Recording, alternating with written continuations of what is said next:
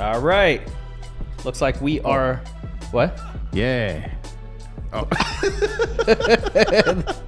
Looks like we're live. It's gonna take it a while. There we go. Finally told me. Oh, well, let me lower that. Oh, Or is that from you? No, that ain't me. I ain't in there yet. Oh no. Where's my volume? It can't be console babble without the errors. That's how you know it's us. We fumble, we stumble, but we always stay humble. And we don't chat on Bumble. What's up, guys? Thanks for joining us again this week. Well, I am him. There we go. I am him. We're off to a good start. He's here right at the beginning with the dab. Yes, thank you for joining us this week. My name is G. I'm Javon. And this Is Console Babble. It's in the game. Yeah. As usual, we're going to get started with our games of the week. So let's go ahead and get into that. You got your list, Javon? Yes, I do. All right. Woo. When you do the first one, I'm gonna send out a couple more minutes. Yeah, you go ahead. Wrong song. I like that song. No, I'm just joking. I think that was our trivia game song. Like, I was gonna eat those. Remnant from the Ashes. Go ahead and hit play on this. There we go. Oh, you can mute it. I'm sorry. I forgot to mute this thing. Yeah, Remnant from the Ashes. This is coming out on the Switch, and it will be available on Tuesday. And this will be, Tuesday will be March 21st. So then, like I said, this is coming for the Nintendo Switch.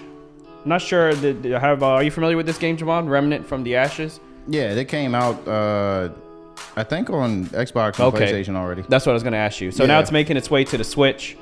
Go ahead and hit replay again, in case you're wondering what the graphics look like on the Switch. There you go. This is what it's going to look like. Do you remember what the graphics look like? Not really. I never played it, but I heard it was a fun game. Okay. Well, it's coming to the Switch. If all you have is a Switch and you've been waiting for this game, or if you've been interested in this game, it's making its way over March 21st. Go ahead and hit them with the second one.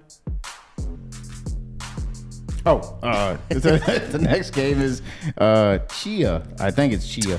Chia. Chia for PlayStation 5, PlayStation 4, and PC. Also, is coming to PlayStation Plus day one. Oh, nice. They were pushing that on the last State of Play. Is this the first day one release for PlayStation Plus? Yeah. Yeah. Okay. Yeah. They saw the success that Xbox had. Yeah. Yeah. So it's cool to have a day one title for PlayStation on PlayStation Plus. Looks interesting enough. And that's coming March 21st. Cool. Oh. All right. Next up, we got Have a Nice Death. And this, surprisingly, based on the title, is coming to the Switch. But this looks like your side scroller. It looks like you're playing as Death. Looks like a Metroidvania. And this is going to be available on the Switch and the PC. So not just the Switch. And will be available on March 22nd. So this will come out Wednesday. Yeah. Interesting concept. I guess you're going to be playing as Death. And when it's somebody's time to die, you got to go get them. I guess. But who are all these other people you're killing on the path? Looks like they're overworked. There's a lot of applications in there. Yeah. But, all right, this is coming out on Wednesday. This is for the Switch and the PC. Go ahead. Next game is going to be Atelier Ryza or Ryza. I'm glad you got this one. Yeah, right? Alchemist of the End and the Secret Key, which is coming to PlayStation 5, PlayStation 4, and the Switch on March 23rd. This is a very niche but popular RPG series.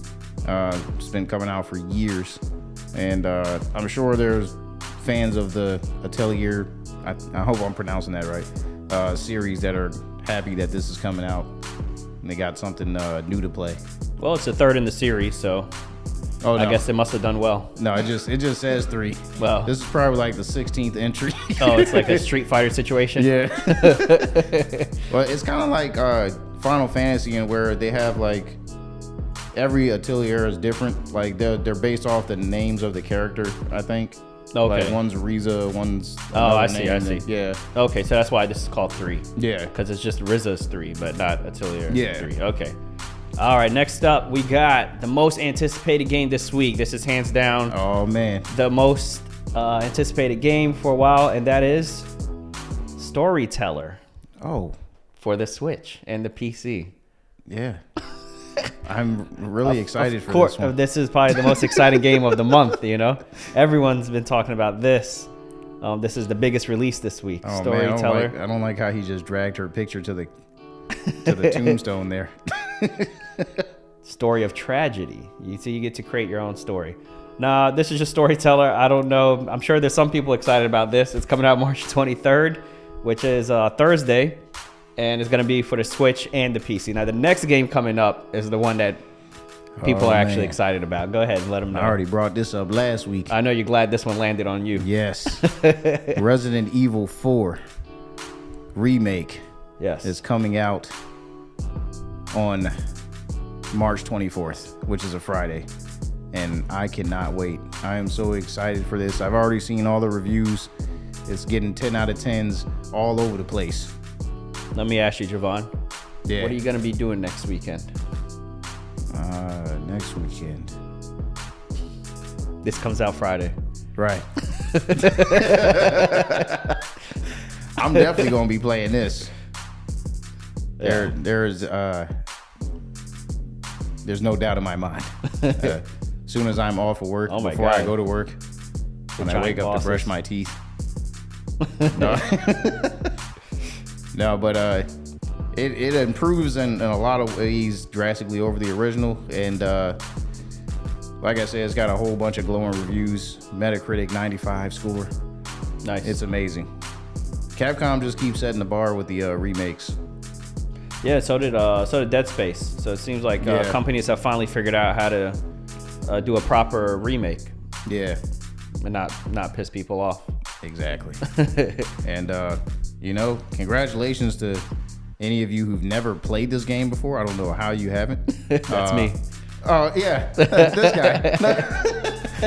But when you do, the one thing I will be jealous of is if you get that first time experience. And it's super polished. Yeah. But at the same time, they did kind of add like new things. It'll be like a first time for people that have played the original anyway, because the original came out 16 years ago Yeah. on the GameCube. So That's so long ago. yeah, I mean, Dead Space felt like forever ago. yeah. And this is even older than that. It's crazy. All the legacy GameCube games are getting like remasters. Like Metroid Prime just got one. Yeah. And now, Resident Evil 4. You know what I want a remaster of? Mario Kart Double Dash. From GameCube? Yeah. Remember Double Dash? No. Oh, man. That was a fun Mario game. You could play co-op. You had one person on the back, like throwing the items, and you could swap. One person's driving, one person's in charge of like throwing the shells and stuff. Oh, okay. It was actually really good, and it was good. You could play by yourself. It was always 2 players. There was always 2 people on the cart, whether you were playing co-op or not. Yeah. And you could just hit one button and it'll switch. But then you could hold more items because one person could be holding 2 items, and then the other guy could also be holding 2 items. Yeah, so it's kind of like you had an offense and defense. Yeah. Yeah. And then if you use the 2 items with the back guy, then you could switch drivers, and now you could use 2 more items with the other person. It was a lot of fun. That was on the GameCube. And they never brought that concept back. That was called Mario Kart Double Dash. Anyway, if they do there's no news, by the way. There's no rumors or anything. It's just on my wish list. Yeah. That along with Rugrats, Search for Reptar. Interesting. All right, that's it. That's our games for the week. And now let's get into our topics of the week.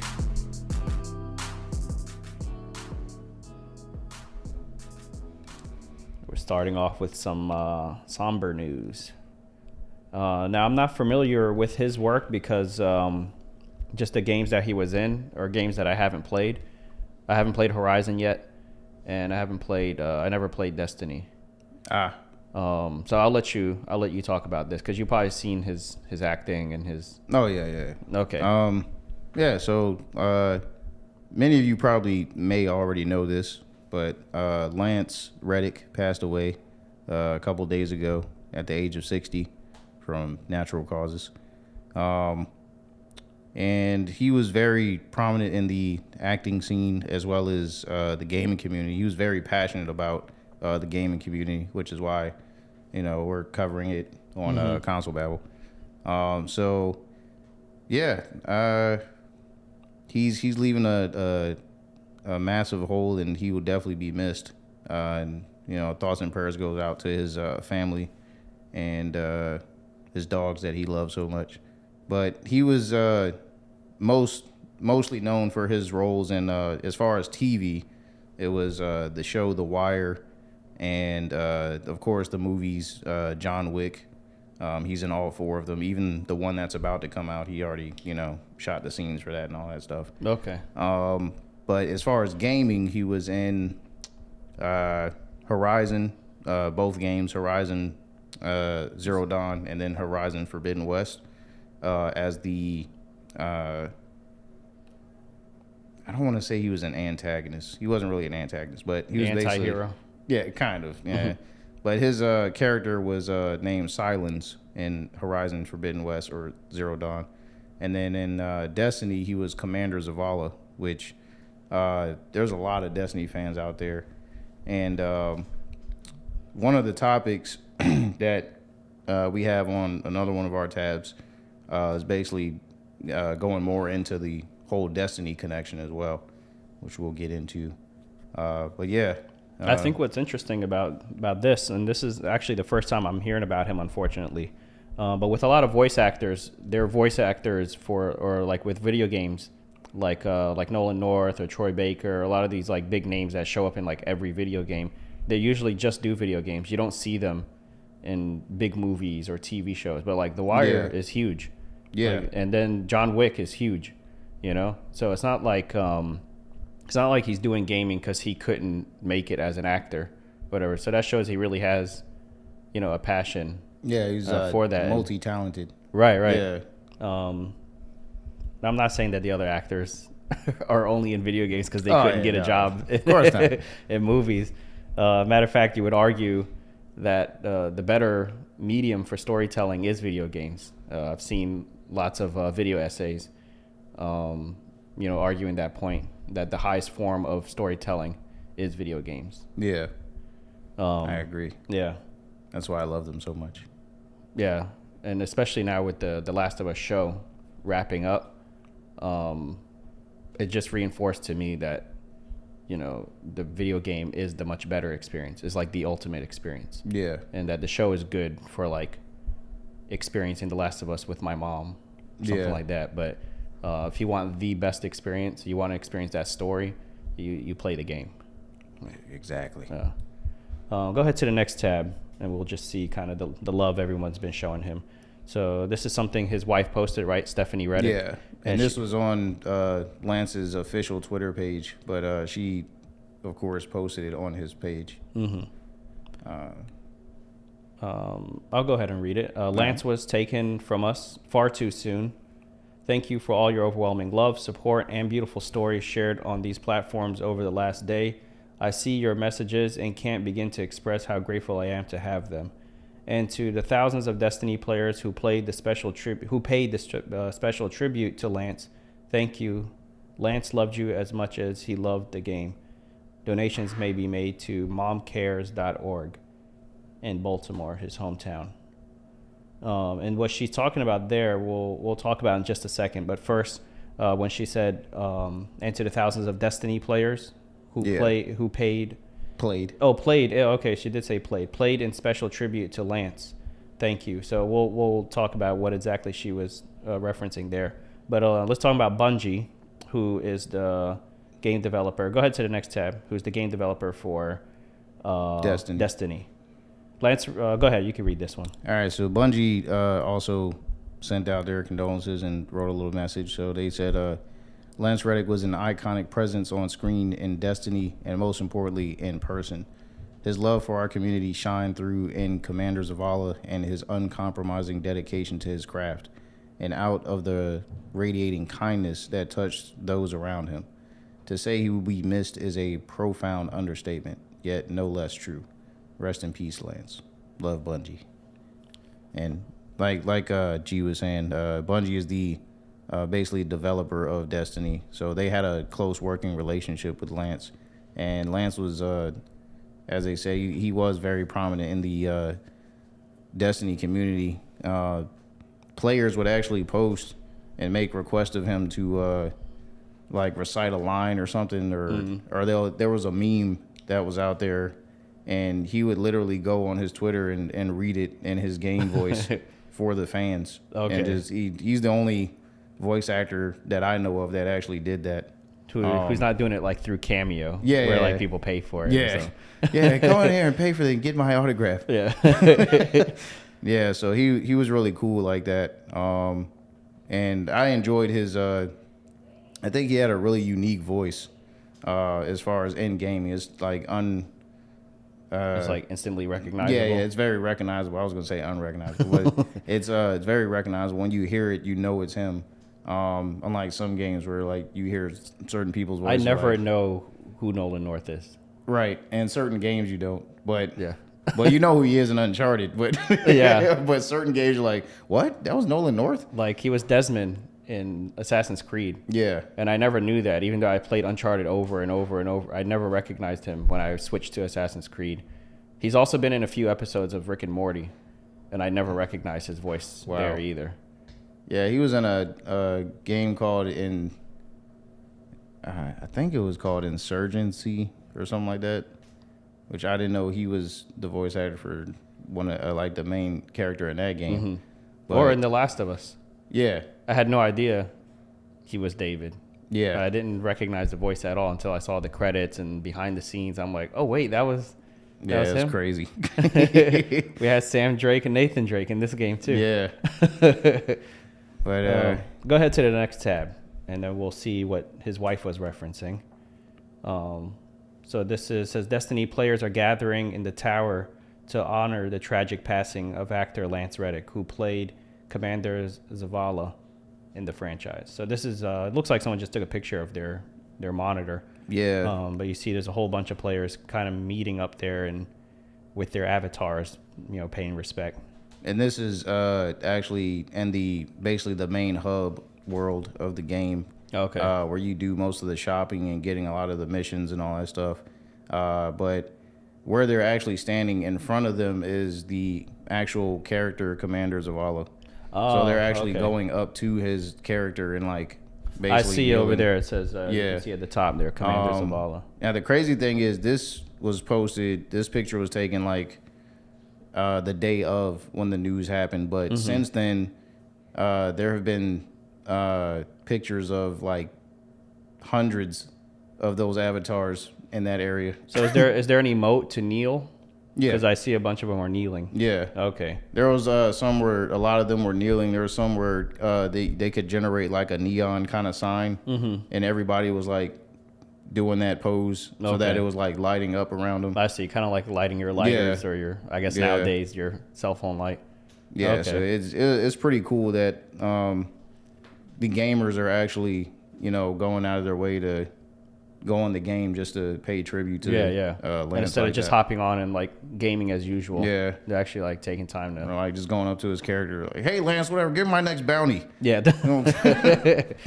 But yeah, so I think as far as where he was loved the most, as far as in the gaming community, Destiny is definitely there's a lot of fans there that love Lance greatly, especially if you were playing as a Titan, because he was like the Titan Vanguard character. Okay. So Do but we yeah. have anything else? What's the next tab? Oh, that was it. No, that's the last thing. Yeah. All right. May God make it easy on his family, his friends, and loved ones, and everyone who he met that he knew in person, and for all the fans as well that he's impacted. Yeah. All right. Let's go on to the next one. All right. Oh, this is I should have put this at the end of the last game, but this is just showing how well received Resident Evil 4, which you already mentioned. And as you 10 can out of see, 10s across the board. IGN PlayStation Lifestyle. Let me see, I'm just looking at the ones that probably most people know. Yeah. GameSpot. Game Informer. Well, Yeah. Game Informer gave it 9.5. Oh, What happened? disrespectful. Messing up the trend. Yeah, ruined the perfect score. So that's why they got a 93. Because also Metro gave it a 9 out of 10. Yeah. Universal acclaim. It's not universal. But the short little tagline at the bottom there is Capcom truly honored a classic with another classic. And I would have to agree. Well, I will agree even more when I actually play. Yeah, it, when you but get your hands on it. But you played the demo. Yeah. So, and you had And a good I time was with the demo. Very excited from the demo. Let's go ahead to the next. Yeah, this is what happened after the demo was released. The people, they didn't waste any time. The banana clip. Now imagine when the game actually comes out. Oh my There's going to be all goodness. kinds of mods. The demo was available for PC, or did they find a way to mod it anyway? No, it was available on Steam. Okay. Yeah. So yeah, once the game is actually released, you're going to see a whole lot of this on YouTube. Definitely. I already saw crazy stuff like Leon in a French maid outfit. I was like, what?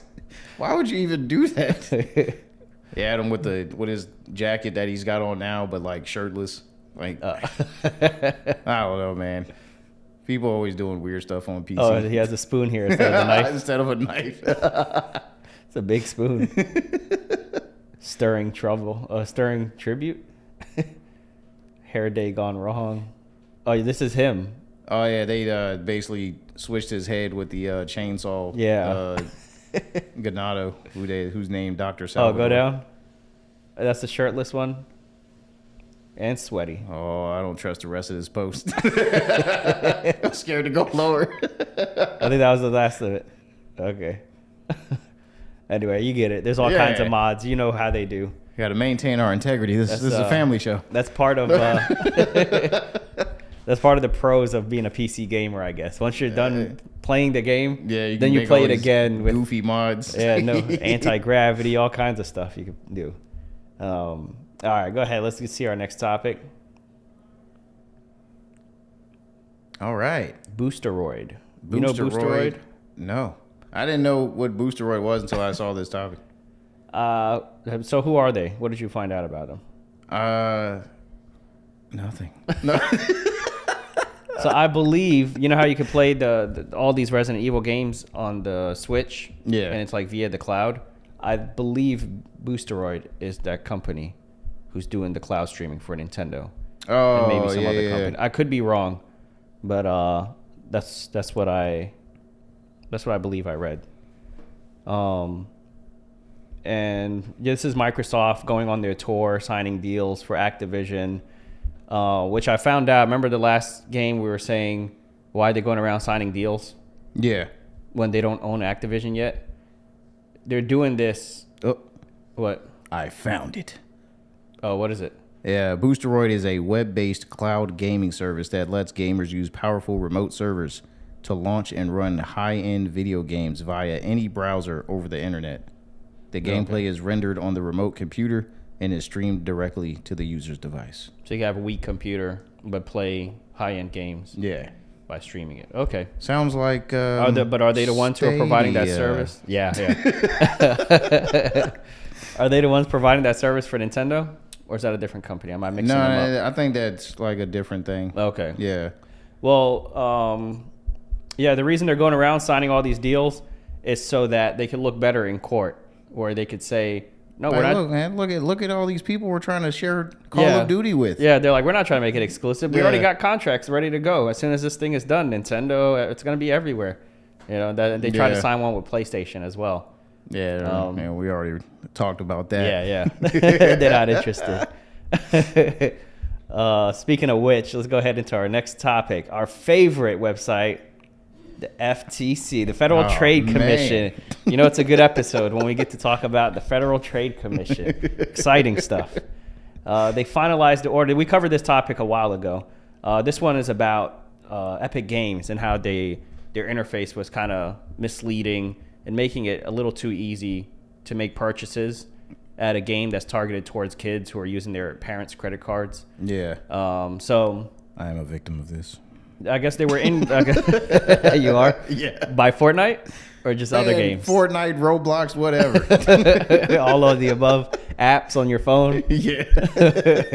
Yeah, I saw something where some kid had spent like $9,000 on like Sonic rings on his mom's cell phone. Oh my goodness. And she was like, "What the heck is this?" He must have sucked at that game because he just kept buying more rings. But yeah, it's hopefully this kind of sets an example for other people or other companies. But last time we talked about the fact that they were in court, so I guess they've been found guilty, and now they have to pay $245 million for tricking users into making unwanted charges. I hope I get some of that. But they make like billions a month. Yeah. So that's like if you stole $100 from me, and I call the police, I'm like, "Hey, this guy stole $100," and then they go to court, you're found guilty, and then they're like, "You need to pay him $2." Yeah. Yeah. And then It's a small splash in the pond. Yeah, you keep stealing from me because you're like, if I get held accountable, I gotta pay $2. Like, it's worth it. I'm still making a net profit at the end. Yeah. You know. So I don't know. Hopefully they learn a lesson. Hopefully 245 million hurts their pockets enough that they revamp their website. Hopefully maybe that's part of the punishment or part of the consequences is pay this money and redesign your game. So there has to be a few prompts. Are you sure you want to buy? This is your purchase. You want to finalize it? Are you sure? Boom, then done. There should be a few prompts of like, this is what you're doing. This is what it costs. Are you sure? Are you sure? Are you sure? And then check out. You know. I just looked at the chat. It's just me and you here today. It looks like it. Man. All right. That's all right. There'll be more when people watch the recording. Yeah, they'll go back and look at it. Well, why not? All right, let's go. We got an article from oh, man, it looks good. World Gaming News. We got WGN. All right, so the Last of Us TV show, because of the success of it, you know, they just wrapped up and everything. So they're thinking about adapting the show into a game. You know, there's going to be a game based on the TV show, I guess. What? It's here. Can this game break the curse of bad TV show adaptations? Oh my gosh! What is this? Is this a gag article? It's The Last of Us, the game. In a groundbreaking move, go ahead, scroll down a little bit. In a groundbreaking move, Naughty Dog and HBO have announced that they will be teaming up to create a video game adaptation of The Last of Us TV series. In an exclusive interview, Naughty Dog's creative director, Neil Druckmann, explained the reasoning behind this decision. "We wanted to give the fans a new way to experience the story of Joel and Ellie," he said. "And what better way to do that than by adapting the TV series into a more immersive medium like a game?" It goes on and it talks about how they're bringing the story of Joel and Ellie from the TV show into a video game. Go ahead, scroll down to like the last. There we go. Fans have expressed mixed reactions to the announcement, with some excited to see a new take on the story, others scratching their heads at the idea of a video game based on a TV show. The Last of Us, the game, whether it will live up to the hype remains to be seen. But one promising detail is that Craig Mazin, the writer and director of the show, is on board helping Neil Druckmann write the game, so fans can feel confident that the game will stay true to the TV show. I have no interest in this whatsoever. What is this nonsense? You know what this looks like to me? What? This looks like that AI crap.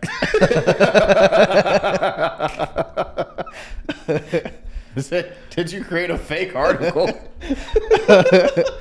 No, this is just something I found. Yeah, sure. It makes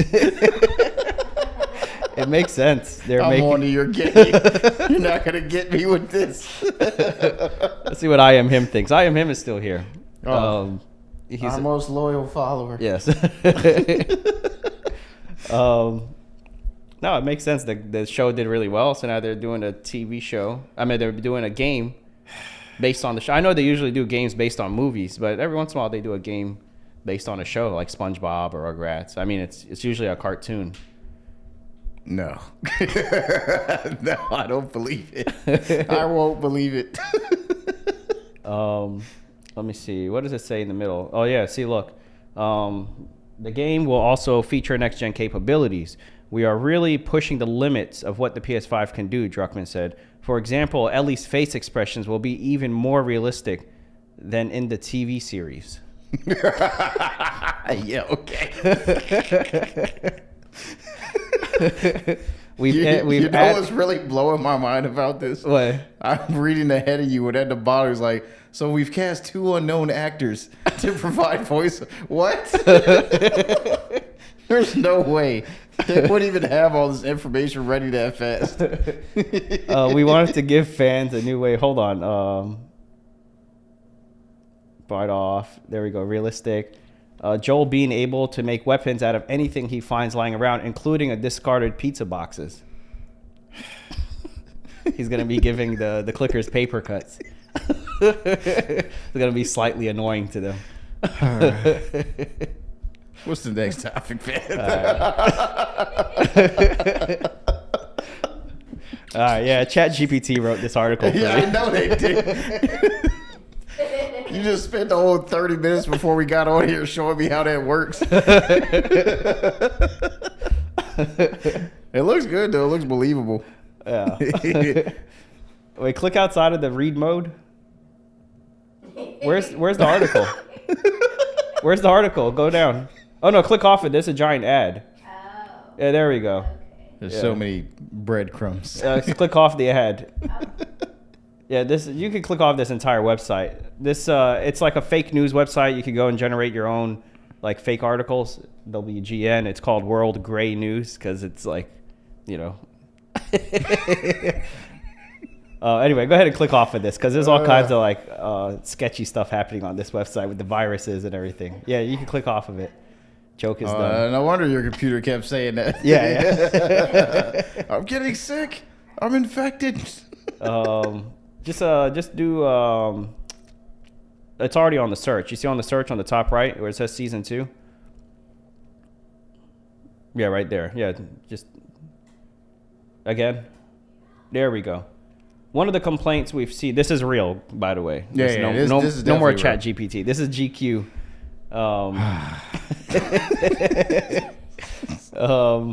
One of the complaints we've seen online is the reduced level of infected in the show. Did you notice that? Did that bother you? Yes. There was like... that was one of my... actually, when I would talk to other people that have watched the series, like I Am Him, and I couldn't talk to you because you didn't finish it yet, but other people that I've talked to were like, yeah, man, it was like... What happened to the infected? Yeah, it was like after episode 5, they like went on vacation or something. Well, they also spent like a lot of time like, there's this, if you step on the thing. Yeah, and then they never... and they're like, and they got the tendrils that come out and blah, blah. You're like, okay, I understand how it works. Yeah, I want to see this. This is going to get crazy. They're going to accidentally step. No, never. They just like introduced it and then like never bothered with it again. Yeah, like, it was like they walked all over the place, and where were the sensitive tendrils at? Yeah, like, they spent so much time like explaining the hive mind. Like they have a hive mind, and then they all come, and then like then it never happened. Yeah. So anyway, they asked him about that. They said, where's the question? Right there. One of the complaints. Oh, okay. One of my least favorite notes as a screenwriter to receive. Oh, basically, he goes in and explains that, like, the less you see of it, the more scary it is. And he compared it to Game of Thrones. What are the monsters in Game of Thrones? Dragons? No, walkers, White Walkers, and wits, or what are they called? Whites, WIGHT. Wits. Anyway, he said like they appear so infrequently that whenever they do appear, your blood pressure shoots up because you're like, oh god, these things. I haven't seen Game of Thrones. Me either. But he said because they use it so sparingly, it makes them that much scarier. Yeah. So that's kind of what he was going for with the show. Is like if you see in them every single episode, then maybe you don't get as freaked out. It was a bad idea. Yeah. I mean, they should have shown up. Yeah, I mean, you can't at least every other episode. You can't have a post-apocalyptic zombie-based world. Yeah, with no zombies. Yeah, it's just like barely any infected in the show. It's like, is it really that bad in that world? I get it. Like the story is about Joel and Ellie. Yeah. Like they should definitely, they got that right. But the infected were an integral part of that story. Yeah, like, she's the cure. Yeah, it's like the cure to what?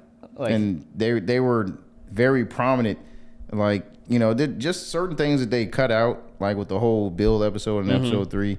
Like, I was looking forward to that town, man. Like, I was looking forward to Joel being upside down. I was like, man, how are they gonna shoot this? Like in the show, it's gonna be so cool.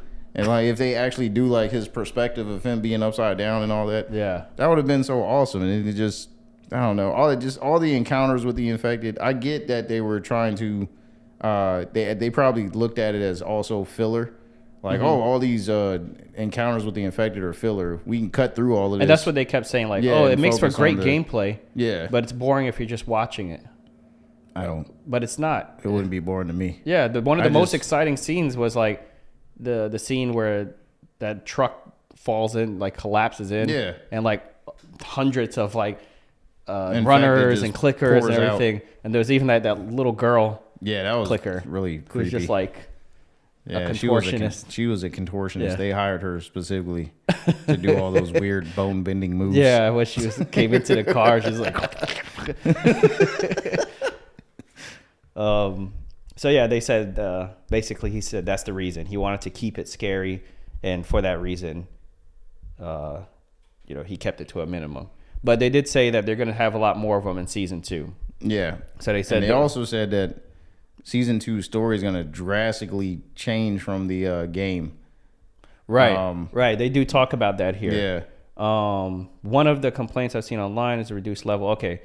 Scroll down a little bit more. This guy, whoever the interviewer was, he was asking pretty good questions because it was all questions that I had in mind. People are speculating how season 2 will encompass such a large game. Go down more. Because they basically say it's going to take place over more than one season. Yeah. Then he said, how many is it going to be, like season 2 and 3, or is it just going to be like 2, 3, and 4, or what? And they just said more than one season, and we're not going to tell you any more than that.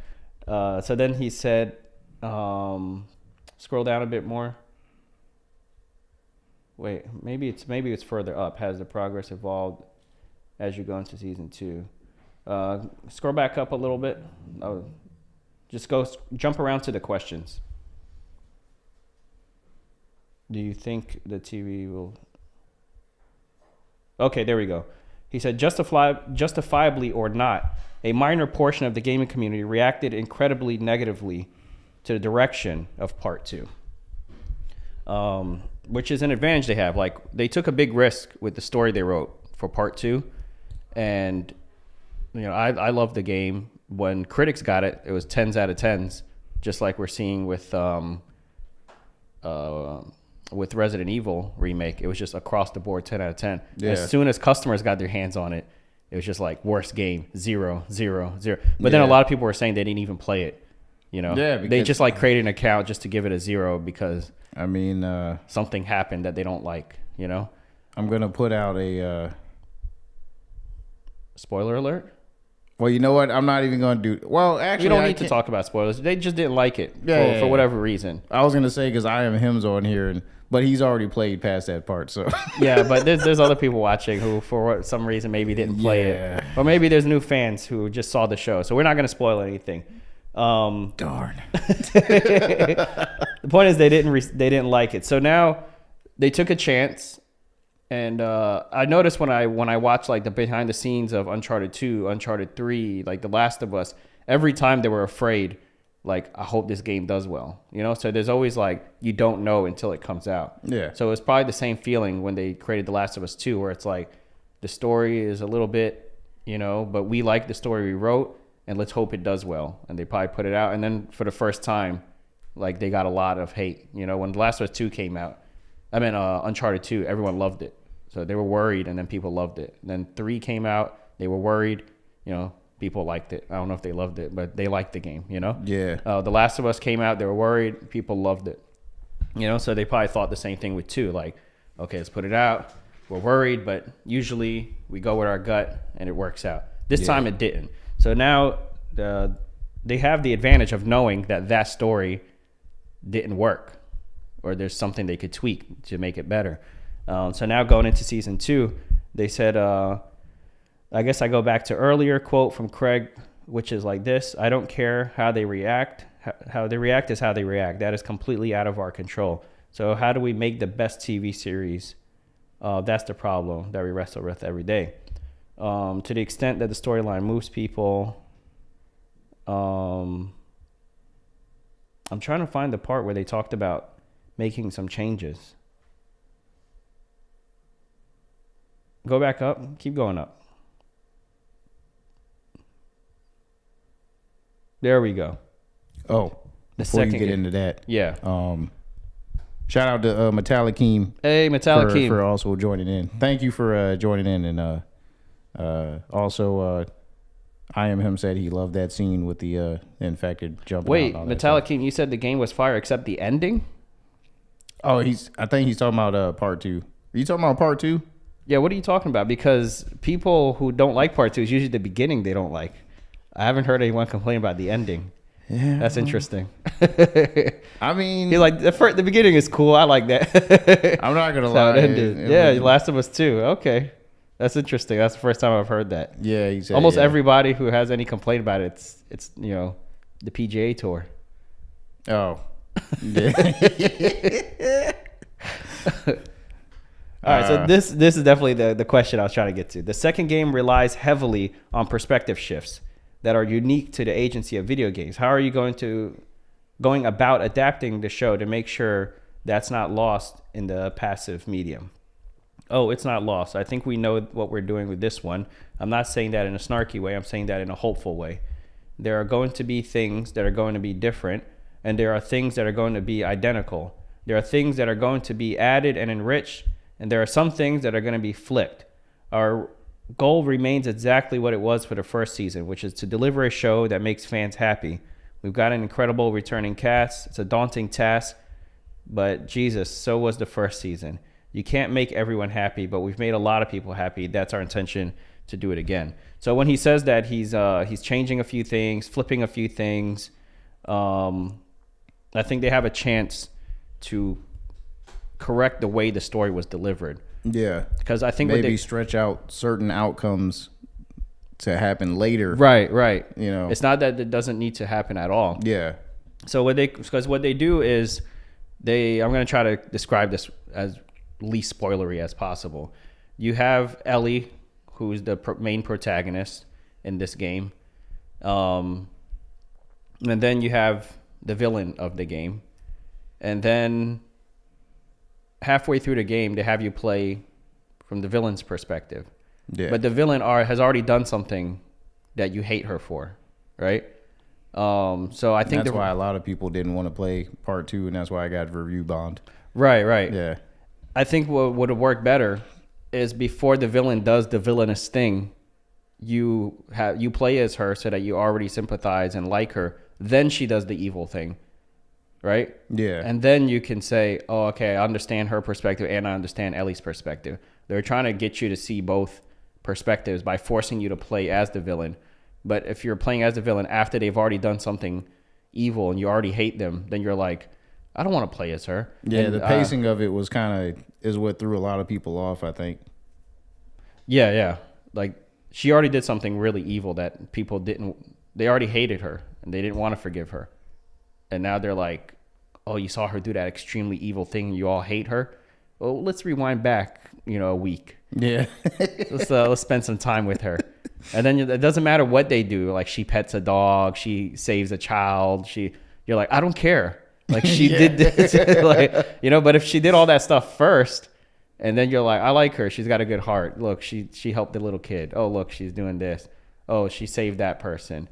Oh, man. And then she does something evil. Then you're like, oh man, she went to a dark place, but I understand why she went there. Yeah. So I don't know. Maybe they could get that right with the show just by moving some things around. And it seems like he understands that because of the way he puts it here. Some things are identical, some things are different, some things are flipped, some things are enriched. So this is their chance to get it right. This is their chance to figure out what worked, what didn't work, why they got the backlash they got, and hopefully write a better story. And they kind of they did that with season 1. there were certain things that didn't make a lot of sense, like where, for example, where Tess dies. Yeah. It wasn't Fedra soldiers that showed up and shot her, because the Fedra soldiers are guarding the quarantine zone, and they had been traveling for over a day. It was night and day had passed. Yeah. So they were far away from the quarantine zone. It doesn't make sense that Fedra soldiers would be all the way out there trying to catch people and shoot them, because if they're that far from the... I hated that scene. Very disturbing scene. Are you talking about the scene when they were fighting on the beach? No. He's talking about when Tess got the that's the one I'm talking about right now. The tendril kiss. The tendril kiss. Oh, that's what he means by the kiss of death. Yeah. Okay. Yeah. That scene. Yeah. So there's a podcast that goes with each episode. So I would listen to the podcast, and they asked them on the podcast, why did you change it from infected to Fedra soldiers? So that's just like a little detail that didn't bother me in the game. I wasn't like, well, why are Fedra soldiers all the way out here? Oh no, I mean, but it makes sense to change it in the game, that if she died, it would make better sense if she died from, the infected than from Fedra soldiers who just randomly pull up with a truck, yeah, and are there to like shoot up the place, Yeah, but I mean, I didn't mind certain changes in the show. It was and I think that it's a testament to the writing and the directing of the show that I still enjoyed the show, even though it wasn't as much infected in there as I would have liked. It was still a good show. Right. It didn't ruin it. Yeah. So the fact that they were saying that, the second season or, the seasons coming beyond that are going to have more infected, that makes me more excited because I'm like, okay, well. They've already set it up now. Yeah. And they explained it. They're probably going to explain it again. Yeah. Each season you have to assume that they didn't watch the previous season. Right. Stuff Well, like I mean, they'll have a recap like they've been doing. So. Previously on. But I really like, I want them to also do more of those like flashback scenes. In the beginning, I did enjoy those. Yeah, I enjoyed those, like the going back and showing aspects of either before things got crazy or, they did show some flashbacks that were after the outbreak. Right, like Ellie's flashbacks. Yeah. Yeah, when she goes to the mall. Yeah, I think they could do that, like, depending on how they do the show for part 2, because there were flashbacks during the part 2 game where, they expanded on. Right. There were a lot of flashbacks. So I've seen some fans say that they should just do it in chronological order. That would, like they should have the scenes with like Joel and Ellie when he takes her for her big surprise. I won't ruin it because that's one of the best parts of the game is the surprise that he has for her. So that whole scene, but it happens in the form of a flashback. But I've seen some fans say they should just start with that. Like start with they've made it to Jackson. Yeah. She gets her own room. And that's what I was saying. Like they push that certain aspect of the game that happens very early on further out. Right. By filling in like that. Exactly. Yeah. They could do that. And I would like that. I kind of like chronological. I don't like jumping back and forth. Like, okay, remember this. Oh, this character is about to die. Okay, but let's flash back to this thing. Okay, now we're back here. Yeah. I'd rather let me just watch it in order. Yeah. The order that it happened in. Oh, by the way, so I saw, what was it, episode 8? I think it was episode 8 where Joel shows up. Troy Baker. Oh, yeah. Yeah. During the cannibal episode. Yeah, the cannibal episode. Man, when I saw him, I'm like, when the fan casting was happening and they announced Pedro and all this stuff, I never once thought, oh, it should have been Troy Baker, right? Because I was like, he's like some tall, like blonde-haired dude. He looks nothing like Joel. So it makes sense that they would cast somebody else. Some of the other people, like Tess, I felt like her voice actor should have played her. Yeah. Bill. But she had passed away. Oh, she passed away after the show was already aired. Oh, so she could have been there too. Yeah. But when they were shooting it, she was still around. Bill should have played Bill. So there were certain characters where I was like, they should have just had the voice actor play. But never a Troy Baker. Troy Baker, I was always like, it makes sense that they have to cast someone else because he doesn't look like Joel. Yeah. But then when I saw him in the game, and he was like in his like you mean post-apocalyptic in the show? I mean the show, yeah. When I saw him in the show, when I saw him in the game based on the show, I'm just kidding. When I saw him in the show with like the jacket on, he grew a beard out. I'm like, actually, he does kind of look like Joel. Like I always seen him with like the anime like blonde spiked hair. You know how he dresses. You know when he's like doing interviews and stuff. I'm like, but in the show, he actually looks like Joel. And then as soon as he spoke, like he was using Joel's voice. You know, I'm like, that's Joel. Like I can't help but hear Joel when he's talking. I'm like, dude, that's Joel. You know. The same with Ashley Johnson when she shows up in the last episode as Ellie's mom. She's not even saying anything. She's just running through the woods. She's like, I'm like, that's Ellie. Like I can't help but hear Ellie. And like you play the game so much. Well, even when she was fighting that infected off before she delivered Ellie. Yeah. Like the sounds that she was making, and I was like, oh, Ellie's killing that infected. Yeah. I'm like, I can't help but hear Ellie. Like, I don't care what character she's playing right now. Of course, she still couldn't play Ellie. Even when I saw her, I never thought like, oh, she should have been Ellie or anything. Yeah. But I thought that with Troy Baker. And now it's like bothering me because I'm like, we could have had Troy Baker play Joel. That would have been so perfect. He looks like him. He sounds like him.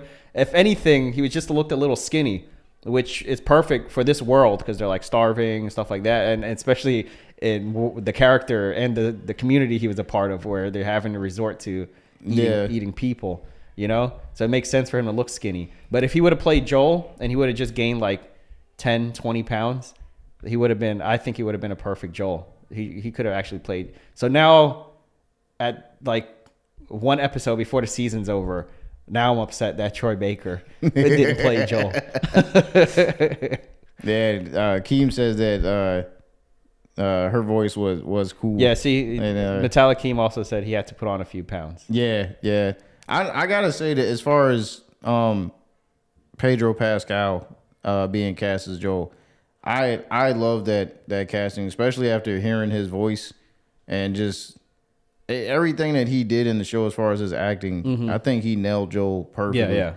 No, I'm happy with the Joel that they picked. Yeah. I heard some fans were saying his beard is not full enough. That's messed up. It's because he has the patchy beard. Yeah. I feel attacked. It's not my Joel. My Joel uses beard oil. My Joel can grow a beard. Yeah. Yeah. Now part of me is like, I wish we lived in a world where Troy Baker played Joel in the TV show. That would have been really cool. I mean, I'm still cool with Pedro. But also another thing I thought about, and I don't think they brought it up in the GQ interview, but I think about it every time I think about season 2, and that is in season 1. In part 1, the game, Ellie was 14, and then like 5 years go by, and she's 19 years old in part 2, and she looks a lot different. She's like taller, her face, has matured and stuff like that. Yeah. So the actress that they have to Bella Ramsey that they have playing Ellie, she's already 19 and she's playing a 14-year-old, which means she's not going to age dramatically. She's not going to suddenly get a lot taller or anything like that. So she's not going to look like she does. She's still like, she looks like a child in the game, then she looks like an adult in the second game, but she's going to look like a child in season 1, and she's still gonna look like a child in season 2. Like a child forever. Yeah, forever. It's kind of like Tom Holland when they had him playing like Nathan Drake. That was so weird. Yeah, I'm like, no, Nathan Drake's like a grown man, and he looks like a 15-year-old. Like he still looks like he's in high school. That's why he's great for Spider-Man and like these other roles. But now you want to cast him as Nathan Drake. So I don't know. I'm sure the writing and everything they're gonna write around that. But now that I already have like the image in my head of like, oh, this is an older Ellie, who looks a lot different. It's going to be it's going to take some getting used to see someone who still looks young. Well, I mean, if they take the show, like we were talking about, in that direction where the flashbacks become in chronological order. They could film those first. And the seasons, they're going to take years. They're not going to come out like all in the same year, season 2, season 3, Yeah. So over that time, Bella Ramsey will mature more, hopefully, and then you'll kind of see like differences. And there's things they could do with like her hair and the makeup and all that stuff. Yeah, changing her hairstyle to look like in the game, or whatever. Just certain things they could do to make her look a little bit look older. a little more mature. Like years have passed and she's Yeah, older. they did it with Joel because Yeah. in the beginning of the season he looks really young, and then as soon as it says like 20 years later, Yeah. he looks so much older. Yeah. You know, but it's the same actor. Especially at the end of the season, it was like, man, brush your hair, man. Come on. Yeah. No. What's Yellow Jackets? No, I haven't seen it. You know, That's a show. have you seen it? I haven't, but I've seen it popping up a lot. Okay. I don't know what streaming service that's on. What is it about? Do you know? You know what the genre is, or? Nah. Okay. It's Metallic Team. The answer is no. For both of us. I'm sorry. All right, let's go ahead into the next topic. I think it's another The Last of Us. Oh yeah, The Last of Us Part 3. So I think we talked about this when that guy leaked it out. He said on Amazon Prime. Oh yeah, I ain't got that. I do. Oh. Maybe I should check it out. I'll add that on my list of possible things to watch. Yes. But yeah, we talked about, remember when that guy leaked out the thing where he's like, yeah, that is gonna be. They're already working on it. yeah, it's My already sources. it's in development. Yeah. Or whatever. So I think they're working on a story for The Last of Us 3. But according to this, it's not going to be their next project. The next project, of course, we know is going to be The Last of Us Online, the standalone multiplayer game. And then we thought after that it was going to be Part 3. But there's another rumor that was floating around for a bit where they said they're working on a sci-fi game. Remember that one? Yeah. Some science fiction, takes place in space or something. I was thinking maybe it would be called Savage Starlight, Yeah. like the comics that Ellie reads. Yeah. A lot of people were assuming that. Oh, really? Yeah. Scroll down just a little bit. I think they have the name of one of the rumored names of the game, and it was. Keep going. Sci-fi. Oh, Strays Cross. There we go. Yeah. Code name. Oh, that's the code name. So, anyway, so according to this rumor here, it's more likely we're gonna get that sci-fi game first, which I'm happy either way. If we get The Last of Us 3, I'm excited. If we get a brand new IP from Naughty Dog, I'd be excited to see what they do with sci-fi, because they've been doing more like grounded stuff. But whenever you go into sci-fi, that opens up the opportunity for gaming, you know, because now you could get creative with gameplay elements of different weapons you can use, different mechanics for traversing, and it could get really interesting. Yeah. If you don't have to stay so grounded. And as long as they continue to tell like really like character-driven stories, and you could do that in a science fiction setting, Oh yeah. then I'll be happy. As long as the storytelling stays Mass top-notch. Effect. Yeah. There's lots of like fantasy settings that tell like really good, and sometimes the characters are not even human. Yeah. And you can still get like a really good human story. That's true. You know, so that's and I have no doubt that Naughty Dog is going to maintain that high standard of storytelling. Yeah. Especially if Neil Druckmann is writing it. Get some gay aliens. Don't go there. I don't want that. But yeah, we're more likely to get a sci-fi game from Naughty Dog, and then The Last of Us Part 3. But I say I'm happy either way. Yeah. Yeah. All right, let's go ahead. Microsoft. Okay, here we go. This is the not so fun part. Oh man. This is the bickering part of the podcast. Microsoft signs 4th Call of Duty deal in fresh bid to win over regulators.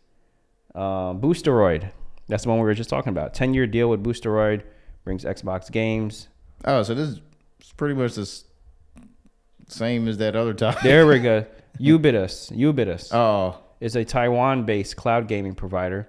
Has been quietly using its technology to bring big games to Nintendo Switch and elsewhere over the decades. That's what I read. Oh, okay. That's And then I one mixed that's it up streaming. with Boosteroid because it's mentioned in the same article. All right. And this is the tweet from Microsoft. Microsoft and Ubitus, I think that's how it's pronounced, a leading cloud gamer provider, have signed a 10-year partnership. So they're just signing 10-year partnerships left and right, trying to look good. So For the acquisition. Yeah. And prove that, hey, look, we have no intentions. And then 10 years later, they're like, we're exclusive. Your contracts are up, and you can't re-sign. They kick everybody to the curb. Yeah. It's too late. We got it now. We're in it for the long run. All right, go ahead to the next one. I think this is more. Microsoft says EA, not Activision, is PlayStation's biggest third-party publisher.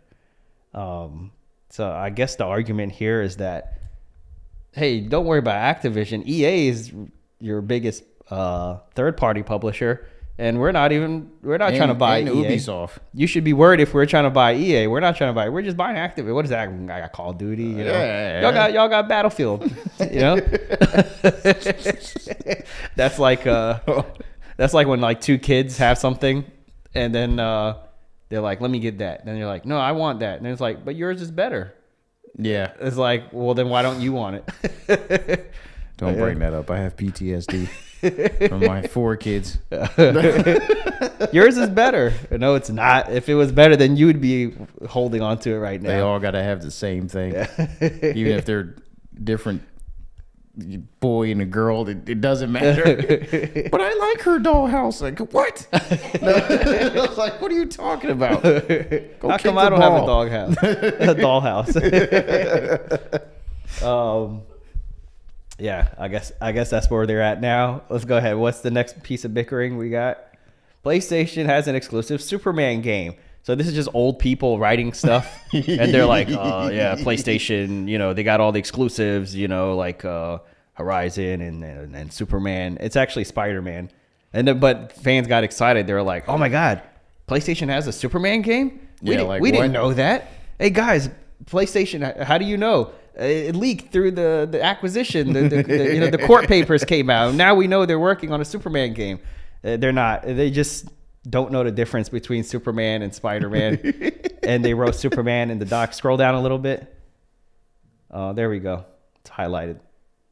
Figure 2.20. This figure shows the impact of PlayStation exclusive releases on Xbox consoles. This applies for big titles like God of War or Superman. There is no Superman game. Yeah, what are they talking about? You mean Injustice? No. Which is not an exclusive. Yeah. There has never been evidence that exclusivity of one single franchise can drive console sales. There's never been evidence that exclusivity can drive console sales. Have you ever heard of Nintendo? Yeah. And they're never price drops. Yeah, never price. Yeah, never. Actually, they're increasing it. That's a story that's coming up in a little bit. Yeah. All right. That's our update on the acquisition, Activision. All right.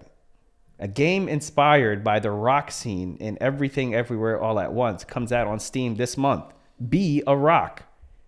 So, did you see this movie? No. You haven't seen this movie? No, but it won a lot of awards at the Grammys. It did. And there's a scene in the movie. There's like the multiverse, right? So there's like this one character, and it shows her across all these different universes. Yeah. Kind of like Loki or Spider-Man. Apparently, it was a better multiverse movie than the MCU multiverse. Yeah, way better than Doctor Strange, because there's actually different universes, not just a universe where red means go and green means stop. Yeah. So one of the universes, she's a rock. But she and her mom is also a rock. And this is the scene up here.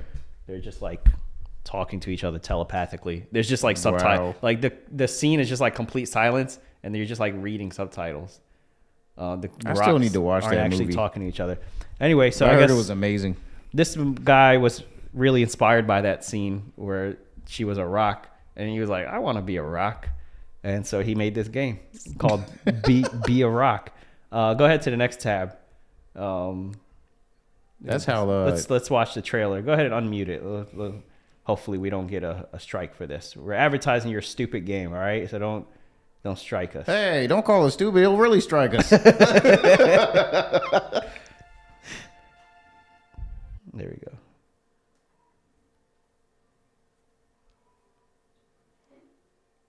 Interesting. That's what rocks see. This is the perspective of a rock. They don't have eyes. That's just imagine, if you will, a Chevy commercial. Back in the days where the theme song was like a rock. All right, make it full screen. Solid like a rock. All right, begin an epic journey. I'll do my narrator voice. I guess all these things are technically rocks too. They've just been carved. Oh. Explore a stunning world.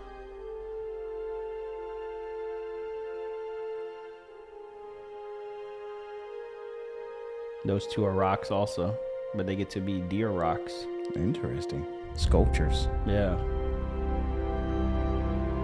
Breathtaking visuals.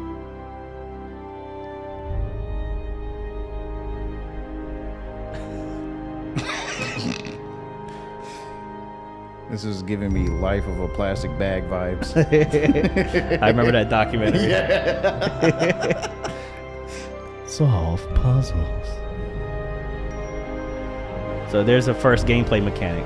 Discover secrets. Keem's like, Learn what the hell? ancient stories. Rocks, bro. B. Rock. I guess that's supposed to be A. Starring Dwayne Johnson. And Chris Rock. He said they're out of ideas. Well, this is one of the Steam games, you know, so probably didn't take too much effort to make this thing. Well, there you go. Be a rock. If you really enjoyed that scene from Everything Everywhere All at Once, and you thought, hey, I wish I could be a rock. Or there you go. If you ever, I was going to reference an anime, but I don't remember the name now. It's okay. We'll try again next week.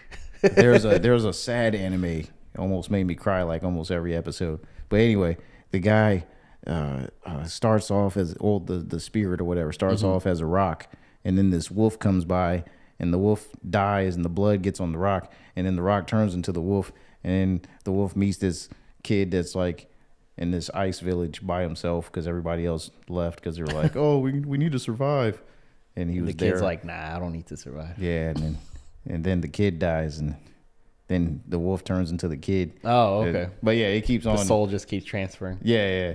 Okay. But yeah, it starts off as a rock. So, okay. Maybe that's where this goes. Yeah, I forgot what the name of the anime was. I need to watch season 2. Anyway. All right.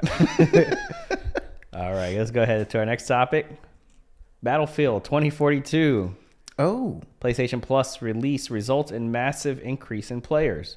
So this happens pretty frequently, you know, especially when a game doesn't do well, nobody buys it, they start doing patches and updates, and then the game's actually complete, and then it comes out for free on PlayStation Plus. First of all, it's been fixed, it's been patched, repaired, and then second of all, it's free. Yeah. So a bunch of people who weren't thinking about it before are kind of like, oh, whatever, it's free, I guess I'll hop on, I'll give it a try. Included. Yep. And then boom, increase, 500% increase in players. That's what happens when something is free. More people are willing to try it. And so that's what happened here. Currently has more players than games like Grand Theft Auto 5. That's a good thing, I guess, because, you know, there's a lot of people that are constantly on GTA. Rocket League, pretty popular. And Overwatch 2.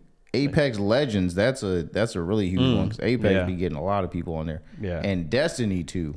Yeah, that just came out. Yeah. So that's a newer game. Personally thinking about jumping into Battlefield 2042 just to finally get my feet wet in there and see how it is, because I was one of those people I was really excited for when they announced it, because I was like, man, look at all these cool like set pieces in the multiplayer matches, and got the tornado in there, and man, I want to play this. And then it came out and people were playing the beta, and they were like, yeah, man, this ain't it. I was like, well, I'm not spending money on that game. Yeah. That's the problem. They release broken games. Yeah. And then it's finally a full game like years later.